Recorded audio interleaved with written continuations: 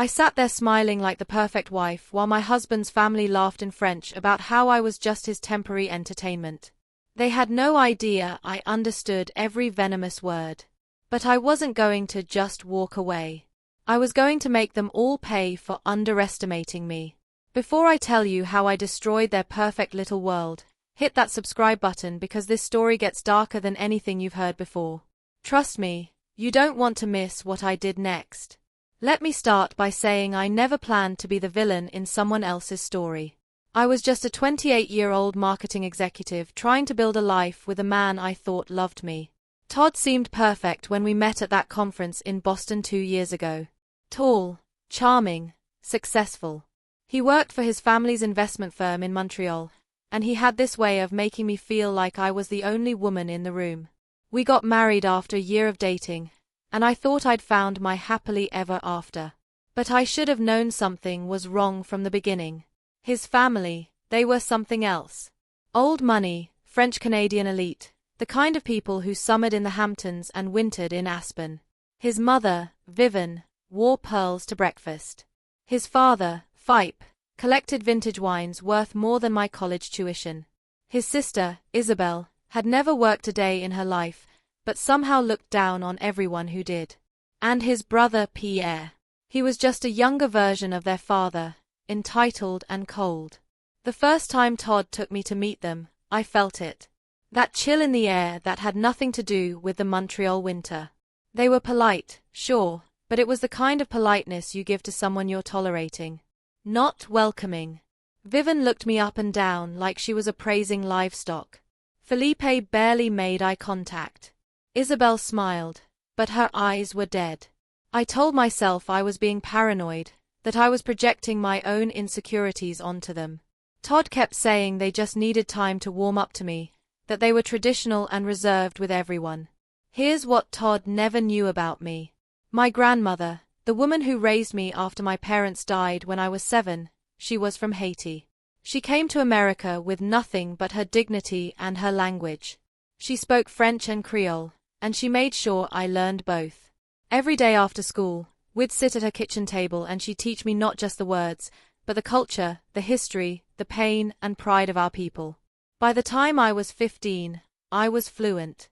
By the time I was 20, I could pass for a native speaker. I never mentioned it to Todd. It just never came up. He never asked about my grandmother, never asked about my background beyond the basics. He knew I was raised by my grandmother, that she'd passed away a year before we met. But he never dug deeper. I think that should have been my first clue that he didn't really see me. Not all of me. He saw what he wanted to see. Our wedding was small. His family came, but they seemed like they were attending a funeral, not a celebration. I ignored the signs. I was in love, and I wanted it to work. I told myself that love conquers all, that they'd come around once they saw how happy Todd and I were together. 6 months into our marriage, the comments started. Little things, always in English, always dressed up as compliments. Vivian would say things like, "You're so articulate for someone from your background." Phipe once told me, "It must be nice to not have to worry about money anymore." Isabel loved to mention how lucky I was to marry into such an established family. Todd would just laugh it off, tell me they meant well, that I was being too sensitive. I started to doubt myself. Maybe I was reading too much into things. Maybe I was the problem. Then came the invitation to Todd's 30th birthday dinner at the family estate. Vivian called personally, her voice dripping with fake warmth, insisting I come and be part of the family celebration. I should have said no. I should have trusted my gut. But I wanted so badly to be accepted to prove I belonged in their world. I spent a week preparing. I bought an expensive designer dress, got my hair done, practiced my smile in the mirror. I was going to be the perfect daughter-in-law if it killed me. The estate was something out of a movie. Massive stone mansion, manicured gardens, a staff that moved through the rooms like ghosts. Everyone was already there when we arrived. Vivian, Phipe, Isabel, Pierre, and his wife. They greeted us in the foyer, all air kisses and empty smiles. I noticed immediately how they shifted between English and French, How they'd be speaking English one moment and then switch mid-conversation when the topic changed. I'd noticed it before, but tonight it seemed more deliberate, more pointed. During cocktail hour, I stood by Todd's side, sipping champagne and nodding along to conversations I was supposedly not meant to understand. That's when I heard it. Isabel turned to Vivian, speaking in rapid French, and said, "How much longer do we have to pretend she's one of us? This is exhausting." My hand tightened around my glass, but I kept my face neutral, kept smiling. Vivian responded, also in French, "Todd says it won't be much longer. He's just having his fun." I felt like I'd been punched in the stomach, but I couldn't react. I couldn't let them know. So I laughed at something Todd said, touched his arm affectionately, played the role of the blissfully ignorant wife. Inside I was screaming. Dinner was formal, the kind where there are more forks than you know what to do with. I sat between Todd and Pierre, trying to focus on my breathing, trying to keep my hands from shaking. The conversation flowed easily in English at first. Business talk, gossip about people I didn't know, plans for the summer house. The wine kept flowing and gradually the family relaxed. That's when they stopped being careful. Phipe started speaking French to Pierre about some business deal. Nothing that concerned me. But then Vivian chimed in, looking right at me while speaking French to Isabel. "At least she's pretty enough. That's all these girls have to offer, really." Isabel laughed, a cruel sound that made my skin crawl. "She probably thinks she hit the jackpot. Can you imagine going from whatever she came from to all this?" I took a slow sip of my wine, keeping my expression pleasant and blank. Every muscle in my body was tense, but I forced myself to stay calm. This was information. This was power. I needed to hear more. Then Pierre turned to Todd and asked in French, "Are you really going to stay with her long term? I mean, seriously?" The table went quiet for a moment. I felt Todd shift beside me, felt his discomfort. My heart was pounding so hard I thought everyone could hear it. When he answered, his voice was casual, almost amused. He spoke in French, and every word was a knife to my chest. "Come on, you know how it is. I'm having fun. She's exciting, different. When I'm ready to settle down seriously, I'll find someone more appropriate." He paused, took a drink, then continued. "Someone from our world. This is just a phase." Vivian actually sighed with relief. "Thank God," she said in French. "We were worried you'd actually make her the mother of our grandchildren. Can you imagine?" The entire table laughed. My husband, the man who'd promised to love and cherish me, laughed along with them. I excused myself to the bathroom before anyone could see my hands shaking. I locked the door behind me and stared at myself in the mirror. My grandmother's face looked back at me. I could hear her voice in my head, strong and clear. "Never let them see you break. Never give them that satisfaction." I wasn't going to cry. I wasn't going to scream. I wasn't going to do any of the things they expected. I was going to be smart about this. I was going to destroy them, but I was going to do it the right way.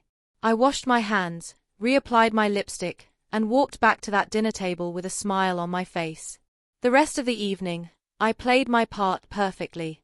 I laughed at the right moments, nodded along to conversations, let Todd put his arm around me. They continued talking about me in French, secure in their belief that I didn't understand. Phipe called me trainable. Vivian said I was learning my place. Every insult, every cruel word, I filed away in my memory. I was building a case and they were giving me everything I needed.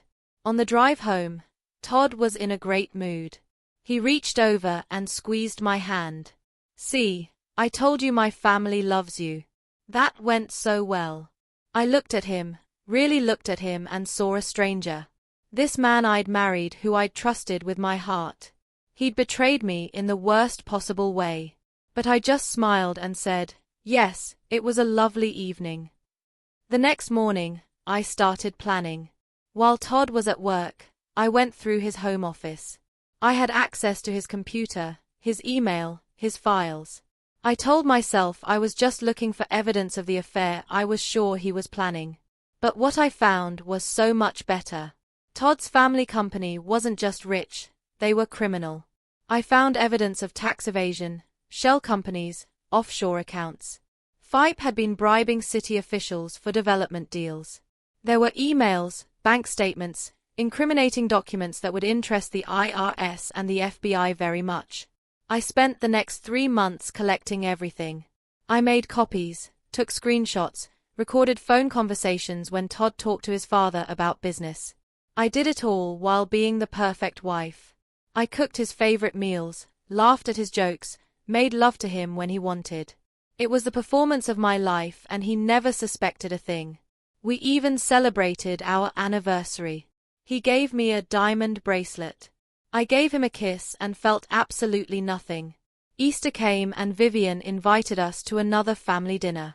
This time I volunteered to give a toast. Vivian was shocked but pleased.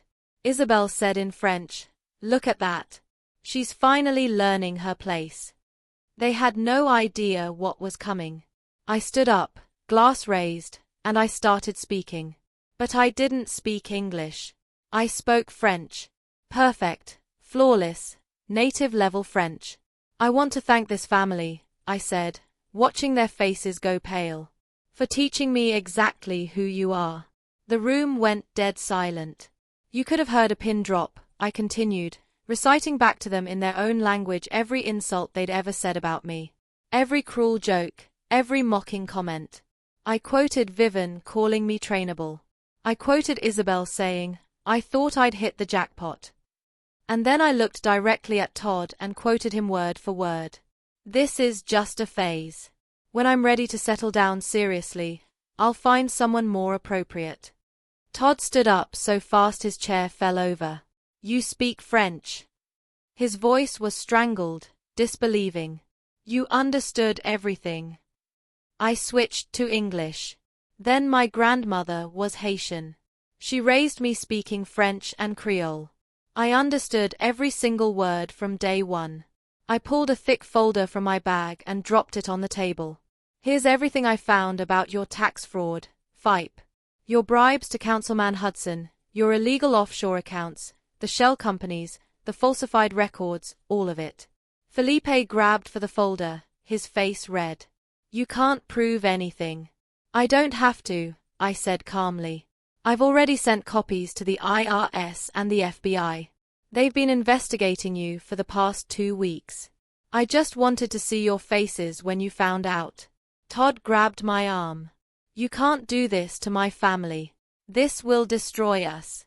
I looked at his hand on my arm, then up at his face. "I'm not your family, remember? I'm just your phase." I pulled my arm free and walked toward the door. Behind me, the room erupted. Vivienne was screaming. Phipe was on his phone. Isabel was crying. Todd was calling my name, but I didn't look back. I filed for divorce the next day. The federal investigation moved fast. Turns out when you hand them evidence on a silver platter, they don't waste time. Felipe was indicted within a month, facing 15 years in prison. The company's assets were frozen. Todd lost everything. His job, his trust fund, his inheritance, all of it gone. He called me dozens of times, sent hundreds of texts. He showed up at my apartment begging, crying, promising he'd never meant any of it. He said he loved me, that his family had pressured him, that he was sorry. I listened to his voicemail once, then blocked his number. Some things you don't come back from. The fallout was spectacular. The family lost their social standing overnight. Isabel's husband left her when the money dried up. Pierre lost his position at the firm. Vivian stopped going to a country club because everyone was talking. They'd built their entire identity on being better than everyone else and I'd torn it all down. Here's what I never told anyone until now. I'd been planning to leave anyway. I'd felt the marriage dying for months. But that dinner, hearing Todd call me a phase, that just accelerated my timeline. The financial crimes investigation was supposed to be my insurance policy, my way of making sure I wasn't left with nothing in the divorce. I never expected it to blow up their entire world, but I can't say I'm sorry it did. Todd sent me one final letter. In it, he said I'd ruined his life over words, that I'd overreacted, that I was vindictive and cruel.